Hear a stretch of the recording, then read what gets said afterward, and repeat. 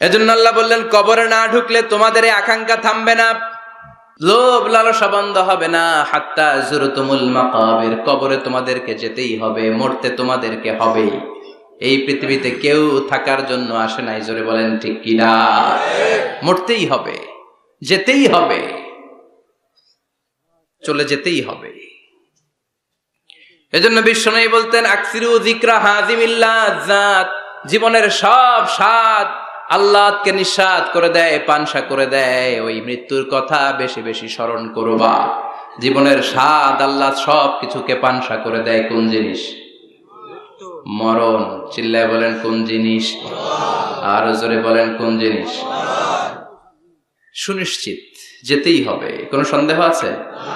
কথা বলেন, সন্দেহে আছে কারো?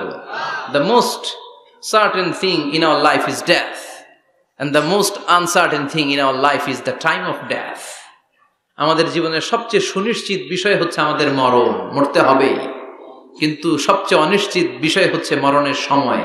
কখন মরবো এটা আমরা কেউ জানি না, কিন্তু মরবো যে এটা আমরা সবাই জানি। চিল্লায় বলেন ঠিক কিনা? কেউ বেঁচে থাকতে পারবে না, সবাই চলে যাবে, সব মরে যাবে, শুধু একটা সত্তা বেঁচে থাকবে। চিল্লায় বলেন তিনি কে? কুল্লু মান আলাইহা ফানি ওয়া ইয়াবকা ওয়াজহু রাব্বিকা যুল জালালি ওয়াল ইকরাম ফাবিআইয়ি আলাই রাব্বিকুমা তুকাযযিবান। পৃথিবীর বুকে যা দেখা যায় সব মরে শেষ হয়ে যাবে, মরবে না শুধু একটা সত্তা, তিনি কে? সব মরে যাবে, সবাই মরে যাব। মালাকুল মাউত সবার রূহ কবজ করে ফেলবে। আল্লাহ বলবে, আখবিরনি মাইয়াব্বা, হে মৃত্যুর ফেরেশতা কি করছো? কই সব মারছি। সবাইরে মারছো? সব শেষ। কে বাকি? জিনেরা বাকি, জিনদেরও মারো। সবগুলো জিন শেষ করা হবে, বাকি থাকবে ইবলিস। আল্লাহ বলবেন, সবাইকে যেই কষ্ট দিয়ে ইন্তেকাল করিয়েছ, সবগুলো কষ্ট একত্রিত করে ইবলিসটারে তুমি মারো। সবচেয়ে কষ্ট দিয়ে নির্মম ভাবে ইবলিসকেও শেষ করা হবে। আল্লাহ বলবেন, আখবিরনি মাইয়াবকা, ও মালাকুল মাউত এবার বলো আর কে বেঁচে আছে? মালাকুল মাউত বলবে, আল্লাহ কেউ নাই, কেউ নাই, সব শেষ। মানুষ শেষ, প্রাণীগুলো শেষ, পাখিগুলো শেষ, সাগরের মাছগুলো শেষ, আপনার কথা মতো জিনগুলাও। এবার আছে শুধু ফেরেশতারা। কারা? কথা বলেন। আল্লাহ বলবেন, ফেরেশতাদেরও মারো। শুরু হবে ফেরেশতা নিধন। একের পর এক সব ফেরেশতার রূহ কবজ করা হবে। এবার আল্লাহ বলবে, আখবিরনি ইয়া মালাকাল মাউতি মাইয়াবকা, মালাকুল মাউত আর কে কে বেঁচে আছে আমার একটু বলো। মালাকুল মাউত বলবো, সব শেষ, সব ফেরেশতাগুলোরও মেরে ফেলেছি, শুধু 4 জন আছে, জিব্রাইল, ইসরাফিল, মিকাইল, আর আমি আপনার হুকুমের গোলাম আজরাইল। আল্লাহ বলবে, ইসরাফিলের রূহ কবজ করো। ইসরাফিলের রূহ কবজ হয়ে যাবে। মিকাইলের রূহ কবজ করো, মিকাইলের রূহ কবজ হয়ে যাবে।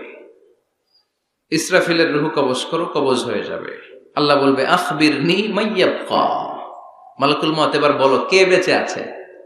মালাকুল মউত বলবে, কেউ নাই। আল্লাহ বলবে, আসলেই কেউ নাই? মালাকুল মউত বলবে, আছে। কে আছে? শুধু আমি আছি। ডানে বায়ে সামনে পেছনে আল্লাহ কেউ নাই, সব শেষ, শুধু আমি আছি। আল্লাহ বলবেন, এবার তুই মর, মুত ইয়া মালাকুল মউত, হে মৃত্যুর ফেরেশতা এবার তুই মর। মালাকুল মাউত হিসাব আর মিলাতে পারবে না, হিসাবটা তখন উল্টে যাবে। মালাকুল মাউত বলবে, এটা আবার কেমন কথা? আমি মরুম কেন? আমি না মারছি? আমি না মারছি? আমি মেরে সাবার করেছি সব, আমি কেন মরবো? আল্লাহ বলবেন, মালাকুল মাউত এটাই তো বিধান, কুল্লু নাফসিন যায়িকাতুল মাউত, দুনিয়ার প্রত্যেককেই মৃত্যুর স্বাদ নিতে হবে রে মালাকুল মাউত। যদিও তুমি মেরেছ, সবাইকে তুমি মেরেছ, এখন তোমার মরণের পালা, এবার তুমি মরো, কারণ তোমাকেও মরতে হবে, তোমাকেও মরতে হবে। এই কথা শুনে মালাকুল মাউতের গায়ে জ্বর এসে যাবে। খিচুনি এসে যাবে, কাঁপুনি ছুটে যাবে, কাঁপতে থাকবে মালাকুল মাউত। কি ভয়ঙ্কর দৃশ্যের না জানি অবতারণা হবে সে সময়। কাঁপতে থাকবে মালাকুল মাউত। আল্লাহ বলবেন কেঁপে লাভ নাই, ভয় পেয়ে লাভ নাই। জান্নাত জাহান্নামের মাঝ বরাবর একটা জায়গা আছে, ওই জায়গায় যেয়ে দাঁড়াও। মালাকুল মাউত ওই জায়গার মাঝখানে যেয়ে দাঁড়াবে আর কাঁপবে। আল্লাহ চিৎকার দিয়ে বলবেন মুত ইয়া মালাকাল মাউত, মুত, মরে যা, মরে যা। বলার সাথে সাথে মালাকুল মাউত জান্নাত এবং জাহান্নামের মাঝখানে বিকট একটা চিৎকার দিয়ে মরে লাশ হয়ে যাবে। বিশ্বনবী বলেন মালাকুল মাউতের ওই দিনের চিৎকারটা এত ভয়ঙ্কর হবে, এত গগন বিদারী চিৎকার সেদিনের চিৎকারটা হবে। দুনিয়ার মানুষগুলো যদি তখনও দুনিয়ায় বেঁচে থাকতো, কিয়ামত হওয়ার জন্য আলাদা করে ইসরাফিলের সিংহায় ফুৎকার দেওয়ার আর দরকার হতো না। মালাকুল মাউতের এই চিৎকার শুনে কানের পর্দা ফেটে দুনিয়ার সব মানুষগুলো তখনই মরে যেত। ভয়ঙ্কর চিৎকার হবে। মালাকুল মাউত শেষ, এবার সামনে পেছনে ডানে বায়ে উপরে নিচে কেউ নাই, একজন ছাড়া, তিনি কে? আল্লাহ সেদিন হুঙ্কার দিবেন। আল্লাহ বলবেন পৃথিবীর বড় বড় প্রধানমন্ত্রীরা কোথায়, প্রেসিডেন্টরা কোথায়, আইনাল মুলুক, যারা ক্ষমতার দাপট দেখিয়েছে তারা আজকে কোথায়? আইনাল বিহার, সাগরগুলো কোথায়? আইনাল আনহার, নদীগুলো কোথায়? নীল নদ, মিসিসিপি, মিসৌরি নদ, গঙ্গা নদ, এই নদীগুলো কোথায়? নদগুলো কোথায়? আইনাল আশজার, বড় বড় বট গাছগুলো কোথায়? আইনাল জাবাবেরা, আইনাল মুলুক, অত্যাচারের স্টিম রোলার যারা আমার মুমিন বান্দাদের উপর চালিয়েছে, ওই বেয়াদব গাদ্দার মুনাফিক গুলো কোথায়? ডানে বায়ে কেউ নাই, আল্লাহ একাই হুঙ্কার দিবেন। হুঙ্কার ছেড়ে তিনি বলবেন লিমানিল মুলকুল ইয়াউম, লিমানিল মুলকুল ইয়াউম, who belongs the kingdom today. আজকে ক্ষমতা কার?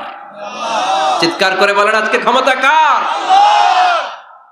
আল্লাহ নিজেই উত্তরে দিবেন লিমানিল মুলকুল ইয়াউমা লিল্লাহিল ওয়াহিদিল কাহ্হার।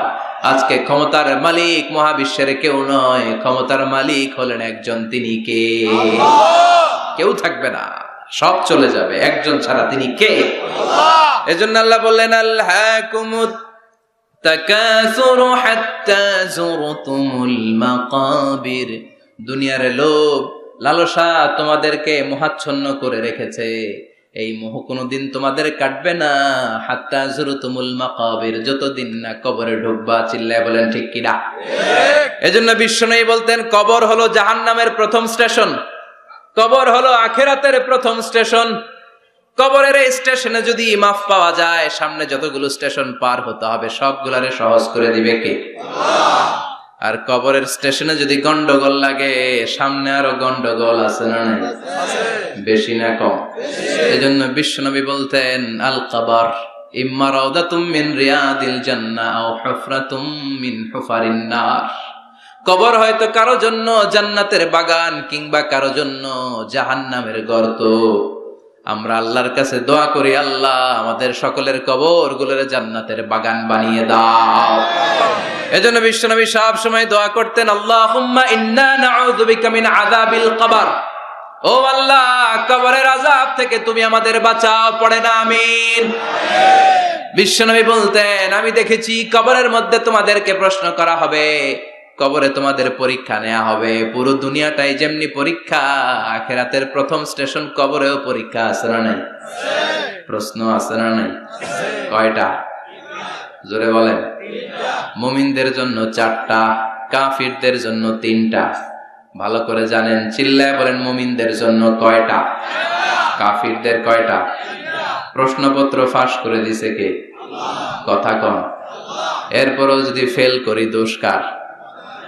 দোষ আমাদের, আমাদের দোষ। কবর দেওয়ার পরে 40 কদম যখন আত্মীয়রা চলে যায়, 2জন ফেরেশতা আসবে, বসাবে। এই ঘটনাটা আমারও ঘটবে, আপনারও ঘটবে, বিশ্বাস হয়?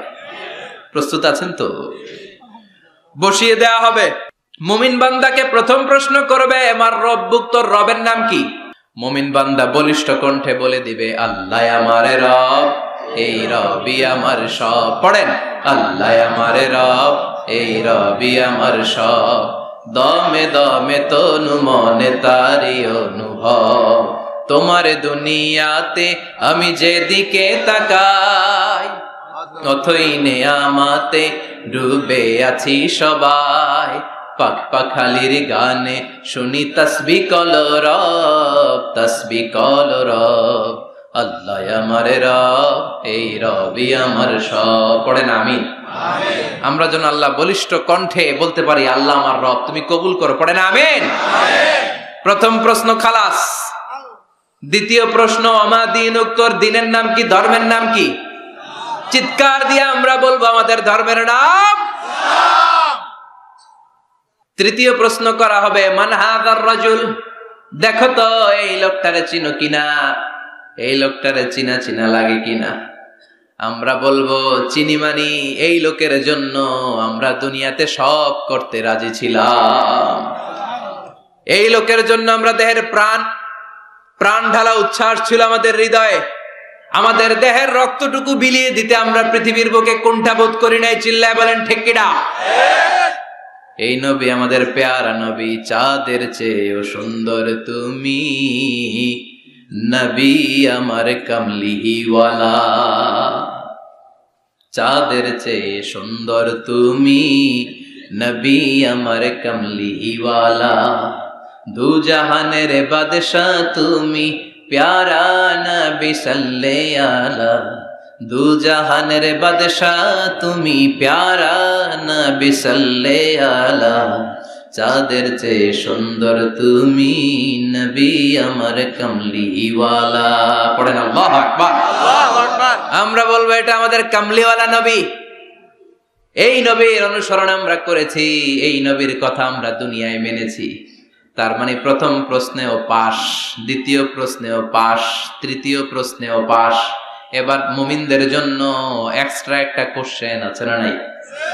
4 নাম্বার প্রশ্নটাও জেনে রাখেন, কবরে কাজে লাগবে। তখন জিজ্ঞেস করা হবে, ওয়ামা ইলমুক, ওয়ামা ইলমুক, what is the source of your knowledge, what is the source of your answer. এই যে 3টা প্রশ্নের উত্তর দিতে পারলা বাঘের বাচ্চার মতো, তথ্যসূত্র কি, হোয়াট ইজ দ্য রেফারেন্স, করতে শিখছো, কোত্থেকে শিখেছেন বলে আসতে হবে। আমরা বলবো, আমরা কোরআন থেকে শিখেছি, হাদিস থেকে শিখেছি, মাহফিল গুলোতে জেনেছি, বয়ান গুলো থেকে শিখেছি। পড়েন সুবহানাল্লাহ। 4টা প্রশ্নের উত্তর যখন আপনি দিয়ে দিবেন, ফেরেশতারা বলবে আহলান ওয়া সাহলান, কংগ্রাচুলেশন। কি বলবে? আহলান ওয়া সাহলান, মানে কংগ্রাচুলেশন, খুশ আমদেদ, খুশ আমদেদ, খুশ আমদেদ। ওয়ায়ুফসাহু লাহু কবরুহু 70 যিরান, কবরটারে 70 হাত লম্বা করে দেয়া হবে। ওয়ায়ুফতাহু লাহু বাবুন ইলাল জান্নাহ, জান্নাতের দিকে একটা দরজা সেট করে দেয়া হবে। ওই জায়গা দিয়ে, দরজা দিয়ে জান্নাতের এয়ার কন্ডিশনের ঘরগুলো থেকে ঠান্ডা হিমেল বাতাস আর সুগন্ধ এসে কবরটারে আমোদ করে দিবে। সুবহানাল্লাহ। ওয়ায়ুলবাসু মিন লিবাসিল জান্নাহ, জান্নাতের চমৎকার একটা পোশাক পরিয়ে দেয়া হবে। আর বলা হবে, নাম কানাউমিল আরুস, বাসর রাতে বর যেমনি কনেকে নিয়ে আনন্দের ঘুম দেয়, তুমিও একটা ঘুম দাও। সুবহানাল্লাহ পড়েন। নাম কানাউমিল আরুস, বাসর রাতে বর যেমনি কনেকে নিয়ে ঘুমায়, ঘুমাও। মধুর একটা ঘুম আপনার সেদিন হবে। ইসরাফিলের সিঙ্গার আওয়াজ, ওই হুইসেল বাজার আগ পর্যন্ত ওই ঘুম কেউ আপনার ভাঙাতে পারবে না। আল্লাহ কবরের 4টা প্রশ্ন, এগুলোর সঠিক উত্তর দিয়ে জান্নাতের পোশাক পরে আমরাও যেন ঘুমিয়ে থাকতে পারি, তৌফিকে দাও।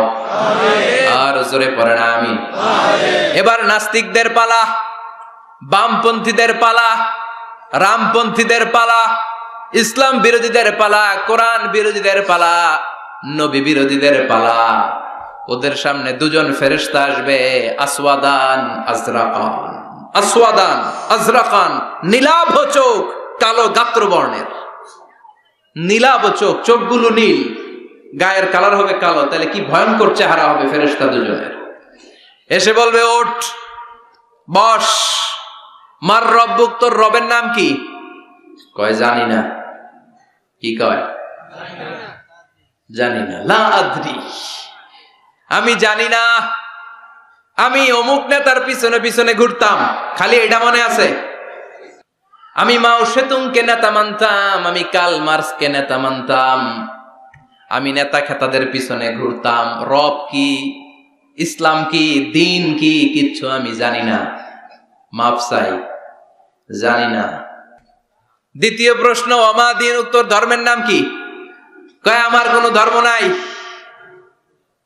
আমার কোনো ধর্ম নাই, আমি হলাম নাস্তিক। আমি কি? কথা বলেন, আমি কি? আমি এক প্যাকেটের বিরিয়ানির সন্ধান পাইলে শাহবাগের প্রজন্ম চত্বরে যায় ডান্স দিতাম। এরকম ডাকাইত আছে না নাই? ওমা দিন, উত্তর ধর্ম কি? কয় জানি না, মাফসাই, আমি কিচ্ছু জানি না, ধর্ম টর্ম নাই আমার, আমি নাস্তিক। ফেরেশতারা বলবে ও তুমি নাস্তিক, দাঁড়াও, আর একটা বাকি প্রশ্ন, এরপরে খেলা শুরু। ঠিক কিনা? তিন নাম্বার প্রশ্ন, ওমান হাযার রাজুল, এই লোকটাকে চিনো কিনা দেখো। নাস্তিক বলবে না চিনি না, তবে নাম শুনেছি, ওনার বিরুদ্ধে আমি ব্লগে লিখতাম। এরকম ব্লগার আছে না নাই? ওনার পারিবারিক জীবন নিয়ে আমি মানুষের মধ্যে সন্দেহ উস্কে দিতাম। ওনার পুত পবিত্র চরিত্রের ব্যাপারে আমি দুনিয়ার বুকে মন্দ কথা বলতাম। ওনারে আমি গালি দিতাম, আমি ছিলাম ওনার বিরুদ্ধ শক্তি, ওনার পক্ষের কোন শক্তি আমি ছিলাম না, আমি সব সময় ওনার বিপক্ষে ছিলাম। ফেরেশতারা বলবে হায় হায়, তুই তো ডবল জিরো, 100তে কত পাইছে? কথা কর। লা দারাইতা ওয়ালা তালাইতা, কিছুই পারলি না, তুই তো পোড়া কপাল। ফায়ুতরাকু মিন মাতারিক মিন হাদিদ, লোহার একটা হাতুড়ি থাকবে, এক হাতুড়ির বাড়িতে মাথাটা ছিন্ন বিচ্ছিন্ন হয়ে যাবে, দেহটা জমিনের মধ্যে ঢুকে যাবে, তার চিৎকারে ওই কবরস্থানটা থার থার করে কাঁপবে, কিন্তু কেউ শুনবে না, মানুষ আর জিন ছাড়া সবাই শুনবে। এজন্য মাঝে মাঝে কবরস্থানে দেখবেন গরু বেঁধে রাখলে রশি টুসি সিরা গরু দেয় দৌড়, আছে না নাই? এক একটা আঘাত এসে ছিন্ন বিচ্ছিন্ন হয়ে যাবে।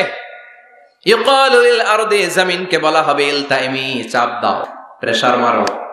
ফাতাখতালিফা আদলাউহু, দেহের এই পাজরগুলো, ডান দিকের পাজর বাম দিকে যাবে, বাম দিকের পাজর ডান দিকে আসবে, পুরো দেহটা পাউডার হয়ে যাবে। তার এক একটা চিৎকারে পুরো কবরস্থান থার থার করে কাঁপবে। হাত্তা সা, আর এই খেলা চলতে থাকবে ইসরাফিলের সিংহা পর্যন্ত। মুমিনের ঘুম চলতে থাকবে ইসরাফিলের, আর ওর সাথে ফেরেশতাদের খেলা আছে না নাই? এটার নাম ফাইনাল খেলা। কি খেলা? কথা বলেন, আর জোরে বলেন। এজন্য আল্লাহ বললেন কবরে তোমার যেতেই হবে। আলহাকুমুত তাকাসুরু হাত্তা যুরতুমুল মাকাবির, কবরে তোমাকে যাওয়াই লাগবে, কবরের শাস্তি তোমার পেতেই হবে, কবরের পরীক্ষার সম্মুখীন তোমাকে হতেই হবে। জোরে বলেন ঠিক কিনা? এজন্য মাঝে মাঝে কবরস্থানে যাওয়ার দরকার আছে না নাই? বিশ্বনবী বলেছেন নাহাইতুকুম আন জিয়ারাতিল কবর, আমি এক সময় কবর জিয়ারত করতে নিষেধ করতাম, আল আনা ফাজুরুহা, এখন বললাম কবর জিয়ারত করো, সমস্যা নাই, কিন্তু কবরে পড়ে থাকা ব্যক্তিটার কাছে কিছু চাওয়া যাবে নাকি? কথা বলেন। আল মাইয়িতু ফিল কবর কাল গরিকু ফিল বাহর, সাঁতার না জানা ব্যক্তি সাগরে পড়লে যত অসহায়, কবরে পড়ে থাকা ব্যক্তি তার চাইতে বেশি অসহায়। সে আপনারে কি দিবে? আপনি দিয়ে আসবেন, যে আপনি সালাম দিয়ে আসবেন, দোয়া দিয়ে আসবেন, সে আপনার কিচ্ছু করতে পারে না, করতে পারে একজন, তিনি কে? এজন্য খবরদার, কবরস্থানে আগরবাতি দেয়া যাবে না, মোমবাতি দেয়া যাবে না, লাল শালু দেয়া যাবে না, মশারি দেয়া যাবে না। অনেকে কবরস্থানে মশারি টাঙ্গায়, আছে না নাই? কেন মশা কামড়ায়? তো মশারি দেয় কেন? ঘটনাটা কি? দেখবেন যে বেয়াদবটা কবরস্থানে যে মশারি দেয়, মাজারে মশারি দেয়, ওর বাপেরে মশায় খায়, ওর মায়ের ডেঙ্গু রোগ, কামড়াইতে কামড়াইতে ওর মায়ের ডেঙ্গু জ্বর, ওর বাবারে কামড়ায়, মশায় খায়, মারে মশায় খায়, মা বাবারে মশারে না দিয়া মাজারে দিয়ে আস, কপাল পোড়া। মাজারে মোমবাতি দিয়ে আসে, আছে না নাই? মোমবাতি কেন দেয়? ভিতরে আলো নাই নাকি? আহা, কপাল পোড়া। মোমবাতি দিবেন যেখানে ইলেকট্রিসিটি নাই। যেই ঘরে আলো নাই ওই ঘরে আলো দিলে আপনার বাবার কবরে আলো দিয়ে দিবে কে? আর মাজারে যায় মোমবাতি দেয়, ছাগল দেয়, গরু দেয়, মানত করে, আছে না নাই? মানত করতে হবে একজনের নামে, ইন্নী নাযারতু লিররহমানি সাওমা, আল্লাহ ছাড়া কারো নামে মানত করা চলবে না। এজন্য খবরদার, কবর জিয়ারত করবে। এজন্য কবরে গেলে মনটা নরম করে দেয় কে? আল্লাহ। বাবার কবর মাঝে মাঝে জিয়ারত করবেন, কবর জিয়ারতে বাধা নাই, কিন্তু কবরে পড়ে থাকা ব্যক্তির কাছে চাওয়া যাবে না। চাবেন কার কাছে? আল্লাহ। বিশ্বনবীর কবরের সামনে যে যদি কিছু চান, সৌদি আরবের পুলিশ পিটায় মসজিদ থেকে বের করে দিবে। বিশ্বনবীর কবরের সামনে হাত পাতলে হাতে বাড়ি মারে, আছে না নাই? দেখছেন না? বলে অ্যাবাউট টার্ন, পিছনে ঘুরেন, কিবলা তো ওইদিকে, কিবলার মালিক আল্লাহর কাছে চাও। দিতে পারে তো একজন। এজন্য খবরদার, কবরে যে কিছু চাওয়া যায় না। কবরে জিয়ারত করবেন, যে সালাম দিবেন, কি দিবেন?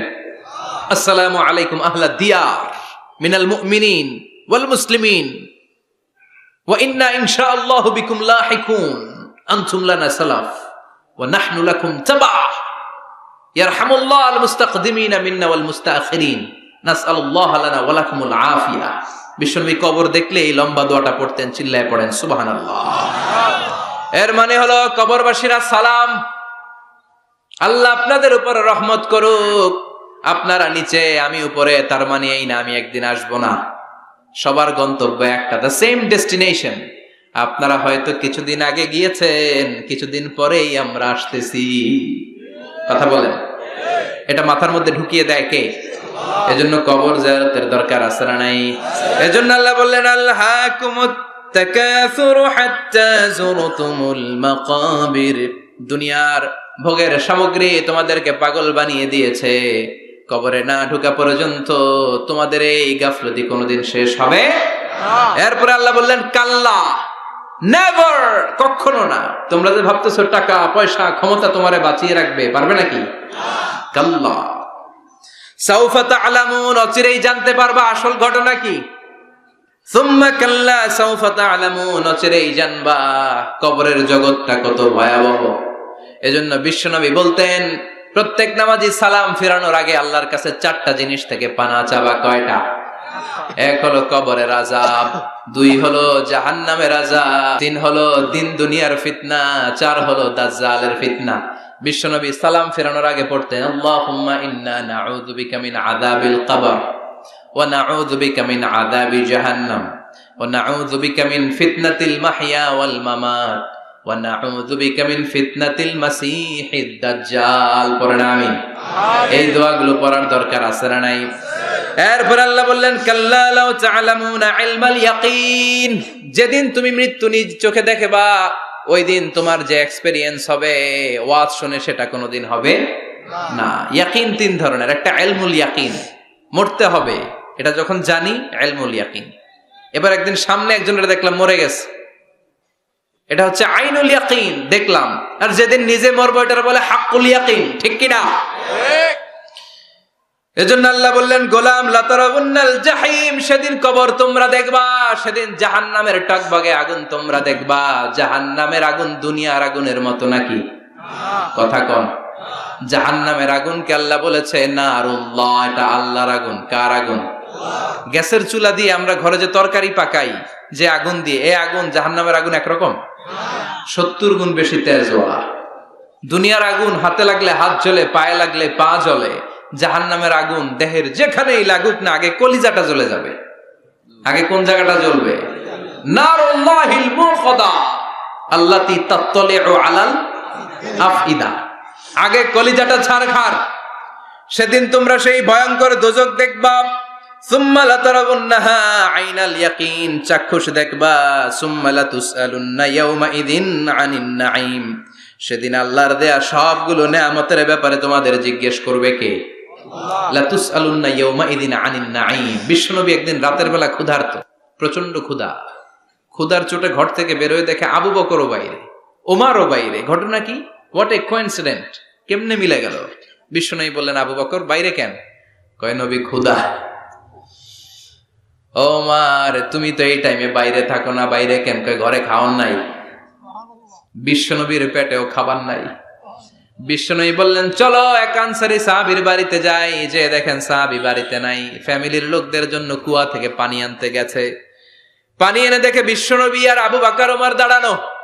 সাহাবী বলে, ও নবী, গভীর রাতে আপনি আমার বাড়িতে এসেছেন, আমার চেয়ে সৌভাগ্যবান এই মুহূর্তে পৃথিবীতে কেউ নাই।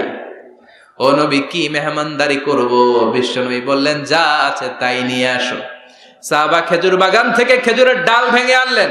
ওই ডালের মধ্যে বিশ্বনবী কত প্রামাণ্য বর্ণনা দিচ্ছেন। বিশ্বনবী বললেন খেজুরের ডালে আছে কিছু কাঁচা খেজুর, কিছু পাকা খেজুর। আমরা তিনজন মিলে টানাটানি করে খেতে লাগলাম, ক্ষুধায় অস্থির। আমাদের সামনে ছাগল জবাই করা হলো, আগুনে ঝলসে গোশতগুলো দেয়া হলো, তিনজন মিলে ভাগ করে খেলাম। বললাম, আবু বকর, এতক্ষণ ক্ষুধার্ত ছিলা, ক্ষুধা দিছিল কে? এখন তোমার পেটে ক্ষুধা আছে নাকি? কয় নাই। এই নিয়ামত তোমার দিল কে?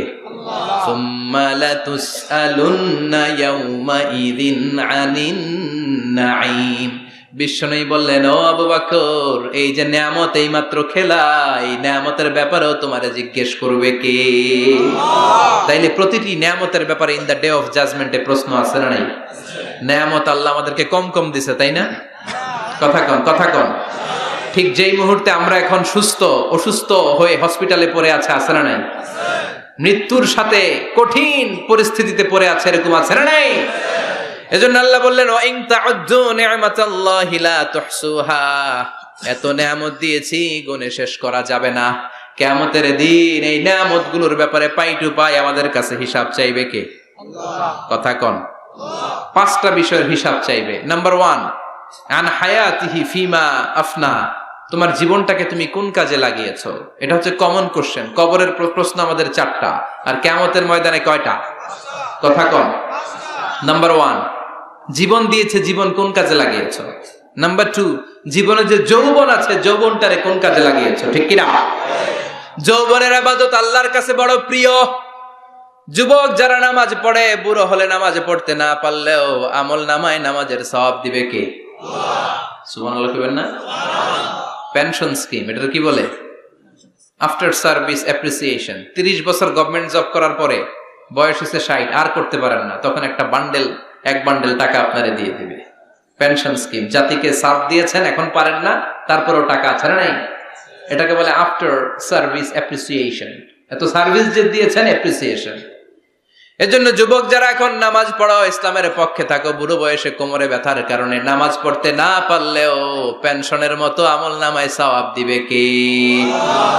আবার 7 শ্রেণীর ব্যক্তিকে কিয়ামতের ময়দানে রব্বুল আলামিন আরশের নিচে ছায়া দিবেন। ওই 7 শ্রেণীর মধ্যে যুবক শ্রেণী একটা আছে, যে যুবক তার যৌবনে আল্লাহর ইবাদত করেছে। পড়েন সুবহানাল্লাহ।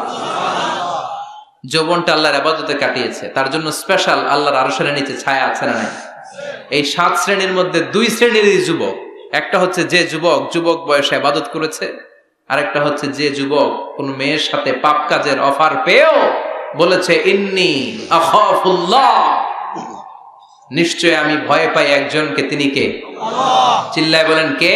আল্লাহ। যাদের হৃদয়ে আছে আল্লাহর ভয়, তারা কবু পথ ভুলে যায় না। আল্লাহর প্রেম ছাড়া এই দুনিয়ায় কারো কাছে কোনো কিছু চাই না। রাতের আধারে যারা সেজদাতে রয়, দু চোখের শ্রুতে নদী যেন বয়। ছলনার হাতছানি যতই ডাকুক, পেছনে ফিরেও সে তাকায় না। যাদের হৃদয়ে আছে আল্লাহর ভয়, তারা কবু পথ ভুলে যায় না। ঠিক কিনা? আল্লাহর ভয় অন্তরে থাকার দরকার আছে না নাই? এজন্য এই 5টা প্রশ্নের উত্তর না দিয়ে কোনো বনি আদম কিয়ামতের দিন পা নাড়াতে পারবে? আল্লাহ আমরা যেন প্রশ্নগুলোর উত্তর সঠিকভাবে দিতে পারি, তুমি তৌফিক দাও। এজন্য দুনিয়ার মোহে পড়ে থাকা যাবে না, কবরের চিন্তা থাকার দরকার আছে না নাই? কবর নিয়ে ভাবতে হবে। কবর is a reminder for every মুসলিম। এই কবর, গ্রেভিয়ার্ড, কবরস্থানগুলো আমাদের জন্য রিমাইন্ডার। প্রতিদিন অ্যানাউন্স হয়, অমুক এলাকার অমুক ভাই আমাদের মধ্যে দুনিয়ায় নাই, তারপরও আমাদের টনক নড়ে না। ঠিক কিনা? এজন্য আল্লাহ বলেছেন আলহাকুমুত তাকাসুর, তোদের টনক নড়বে না হাত্তা যুরতুমুল মাকাবির, যতদিন না তোমরা কবরের ভেতরে না ঢুকবে। আমরা যেন কবরের প্রশ্নের জন্য প্রস্তুতি নিতে পারি, কবরের জন্য প্রিপেয়ার্ড থাকতে পারি। আল্লাহ তুমি তৌফিক দাও। আরো জোরে পড়েন আমিন। আখিরাতের প্রশ্নগুলো যেন আমরা সুন্দর করে উত্তর করে জান্নাতের অধিকারী হতে পারি। আল্লাহ তুমি তৌফিক দাও। আরো জোরে পড়েন আমিন। যতগুলো কথা বললাম কোরআন সুন্নাহর আলোকে বলেছি, বানিয়ে কিছু বলি নাই। তারপরেও আমার মনের অজান্তে কোনো মিস ইনফরমেশন যদি আমার মুখ ফসকে বেরিয়ে যায়, সেগুলো যেন আল্লাহ তাআলা আমাদের স্মৃতিপট থেকে মুছে দেয়। আমরা পড়ি আমিন।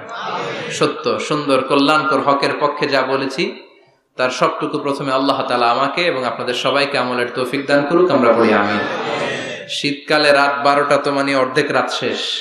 এত রাত পর্যন্ত আপনারা বসেছিলেন। আল্লাহ আজকের এই মাহফিলটা তুমি আমাদের নাজাতের ওসিলা বানাও। যা শুনলাম যেন আমল করতে পারি, তৌফিক দাও। সুবহানাকাল্লাহুম্মা ওয়া বিহামদিকা আশহাদু আল্লা ইলাহা ইল্লা আনতা আস্তাগফিরুকা ওয়া আতুবু ইলাইক। ইয়া রাব্বি লাকাল হামদু কামা ইয়ানবাগি লিজালালি ওয়াজহিকা ওয়া আযীমি সুলতানিক। লাকাল হামদু বিল ঈমান, লাকাল হামদু বিল ইসলাম, লাকাল হামদু বিল কুরআন। আল্লাহুম্মা লাকাল হামদু কুল্লুহু ওয়া লাকাশ শুকরু কুল্লুহু وإليك يرجع الأمر كله علانيته وسره فأهل أنت أن تحمد وأهل أنت أن تعبد وأنت على كل شيء قدير. لك الحمد حتى ترضى ولك الحمد إذا رضيت ولك الحمد بعد الرضا. لك الحمد حمد الحامدين حمد الشاكرين حمد الذاكرين حمدا يوافي نعمه ويدافع نقمه ويكافئ مزيده. لك الحمد كما ينبغي لجلال وجهك وعظيم سلطانك. اللهم اهدنا فيمن هديت وعافنا فيمن عافيت وتولنا فيمن توليت وبارك لنا فيما أعطيت وقنا واصرف عنا برحمتك شر ما قضيت إنك تقضي بالحق ولا يقضى عليك. اللهم لا تدع لنا ذنبا في مقامنا هذا إلا غفرته ولا دينا إلا قضيته ولا مريضا إلا شفيته ولا مجاهدا في سبيلك إلا نصرته ولا حاجة من حوائج الدنيا إلا وفيتها يا الله. اللهم اجعل القرآن العظيم ربيع قلوبنا ونور صدورنا وجلاء أحزاننا وذهاب همومنا وغمومنا واجعله شفيعنا يوم الحساب وارزقنا تلاوته آناء الليل وأطراف النهار. ربنا ظلمنا أنفسنا وإن لم تغفر لنا وترحمنا لنكونن من الخاسرين. ربنا آتنا في الدنيا حسنة وفي الآخرة حسنة وقنا عذاب النار. রব্বুল আলামিন আমাদের হাতগুলো তুমি কবুল আর মঞ্জুর করে দাও। আমাদের জীবনের সব গুনাহ তুমি মাফ করে দাও। আমাদের গুনার কোনো শেষ নাই, সীমা নাই। আমাদের গুনার কোনো শেষ নাই, সীমানা নাই। রব্বুল আলামিন আমরা গুনাহগার, গুনাহ আমাদের বেশুমার। আমাদের গুনাহ যত বড়ই হোক, তোমার রহমান নামের দরিয়া তার চাইতেও বড়। রব্বুল আলামিন আমাদের সব গুনাহগুলোকে মাফ করে দিয়ে আমাদেরকে মাসুম বানিয়ে দাও। আজকের মাহফিলটারে কবুল আর মঞ্জুর করে দাও। যারা টাকা দিয়ে, পয়সা দিয়ে, বুদ্ধি আর পরামর্শ দিয়ে মাহফিলটারে সার্থক করলো, আল্লাহ মাহফিলটারে নাজাতের ওসিলা বানাও। আমার যুবক ভাইদেরকে তুমি কবুল করে নাও। তারা যদি ইসলামকে মানে, বাংলাদেশে ইসলাম প্রতিষ্ঠা আমাদের জন্য সহজ হয়ে যাবে। আমার প্রত্যেকটা যুবক ভাইদেরকে সৈয়দনা হামজার মতো, ওমরে ফারুকের মতো কবুল করে নাও। পর্দার অন্তরালে মায়েরা, বোনেরা দোয়া চেয়েছে, আল্লাহ সাইয়্যিদাতুনা ফাতিমার মতো, আয়েশার মতো, খাদিজাতুল কুবরা, তাহেরার মতো আমার বোনদেরকেও কবুল করে নাও। আমাদের ফ্যামিলি গুলোরে জান্নাতি ফ্যামিলি হিসেবে কবুল করে নাও। আমাদের ছেলে মেয়ে গুলোরে মানুষের মতো মানুষ বানাও। আল্লাহ 5 ওয়াক্ত সালাত যেন জামাতের সাথে আদায় করতে পারি তৌফিক দাও। আল্লাহ দুনিয়ার মোহে পড়ে তোমার যেন ভুলে না যায়। কবরের প্রস্তুতি যেন নিতে পারি, কবরের ভয় যেন আমাদের অন্তরে থাকে, তুমি তৌফিক দাও রব্বুল আলামিন। ফাজিল মাদ্রাসা কামিল পর্যন্ত উত্তীর্ণ হওয়ার জন্য যা যা করা দরকার ব্যবস্থা করে দাও। এই মাদ্রাসার শিক্ষক মণ্ডলীকে কবুল করে নাও, গভর্নিং বডিতে যারা আছে কবুল করে নাও, ছাত্র ছাত্রীদেরকে যুগ শ্রেষ্ঠ আলেম বানিয়ে দাও রব্বুল আলামিন। আমাদের আব্বা আম্মা যাদের বেঁচে আছে হায়াতে তাইয়্যিবা দান করে দাও। আমাদের যত মৃত আত্মীয় স্বজন কবরের বাসিন্দা, কবরগুলোর জান্নাত বানিয়ে দাও রব্বুল আলামিন। যারা ব্যবসা করে ব্যবসায় বরকত দিয়ে দাও, চাকরি করে চাকরিতে বরকত দিয়ে দাও, যাদের কাঁধে ঋণের বোঝা ঋণ হালকা করে দাও রব্বুল আলামিন। আমার ভাইদের মনের সব নেক মাকাসেদ পূরণ করে দাও। বাংলাদেশের উপর তুমি তোমার খাস রহমত বরকত নাজিল করে দাও।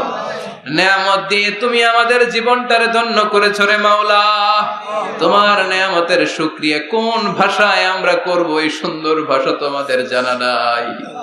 তোমার সবগুলো নেয়ামতের শুকরিয়া করলাম, তুমি কবুল করে দাও রব্বুল আলামিন। যতদিনে বাঁচব এই দুনিয়ার বুকে তোমার গোলামের মতো বাঁচার তৌফিক দাও।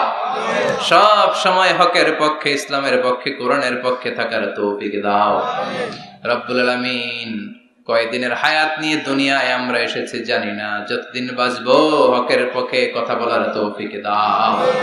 আর এই ক্ষণস্থায়ী দুনিয়ার মায়াজাল ছিন্ন করে যেদিন ওই আখিরাতের দিকে পরপারে পাড়ি জমাবো, ওই অন্তিম কালে বিদায়ের মুহূর্তে জীবন সায়ান্নে তোমার বিশ্বনবীর নূরানি চেহারাটা দেখে দেখে ওই মধুর কালিমাটুকু জপতে জপতে আমরা ঈমান নিয়ে যেন সবাই বিদায় নিতে পারি। লা ইলাহা ইল্লাল্লাহু মুহাম্মাদুর রাসূলুল্লাহ।